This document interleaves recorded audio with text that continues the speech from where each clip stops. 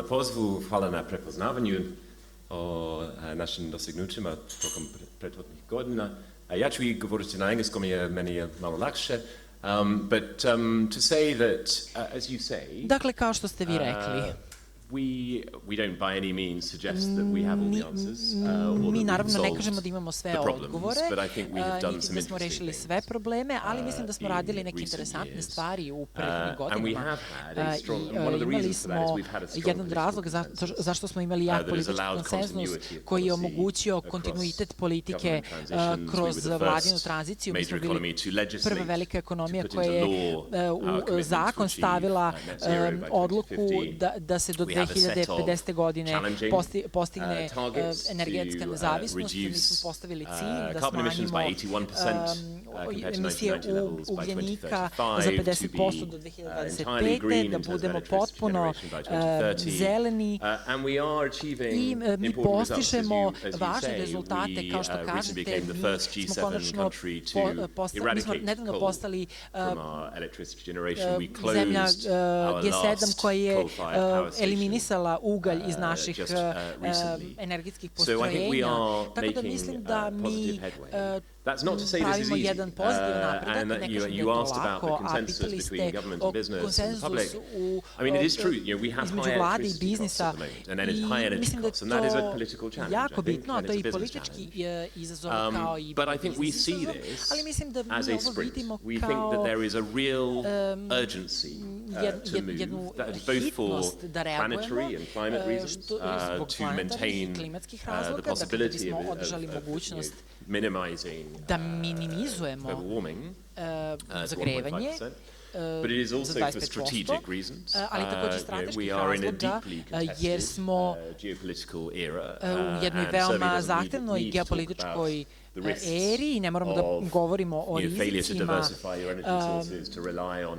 neuspeha da postignemo energetsku nezavisnost, tako da imamo jedan strateški imperativ da više ne koristimo karbonska goriva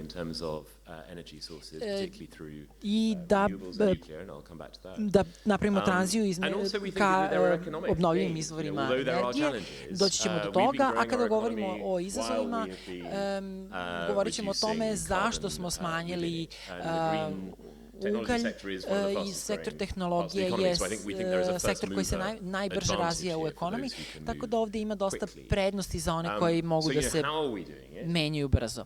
Kako mi to radimo? Pa mi zaista investiramo mnogo u obnovljive izvore, mi imamo veliki broj farmi,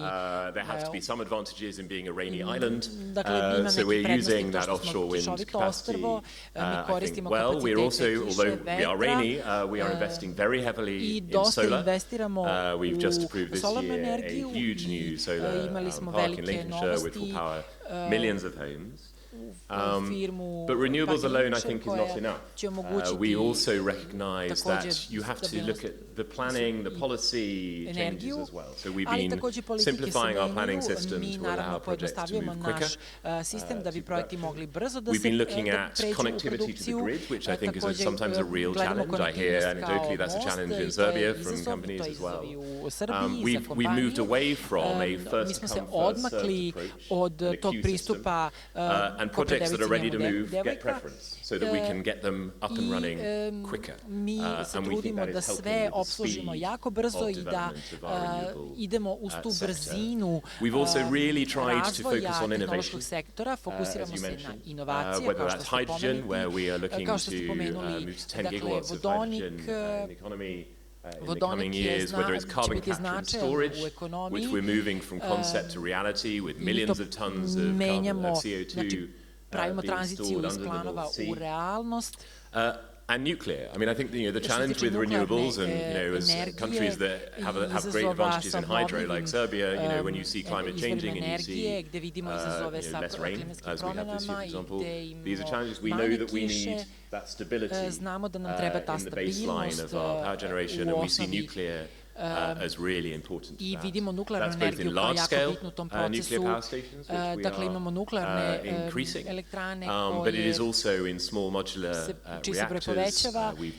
Imamo male reaktore to buy small modular reactors from them. So it's a complicated strategy. It requires lots of investments in lots of different areas.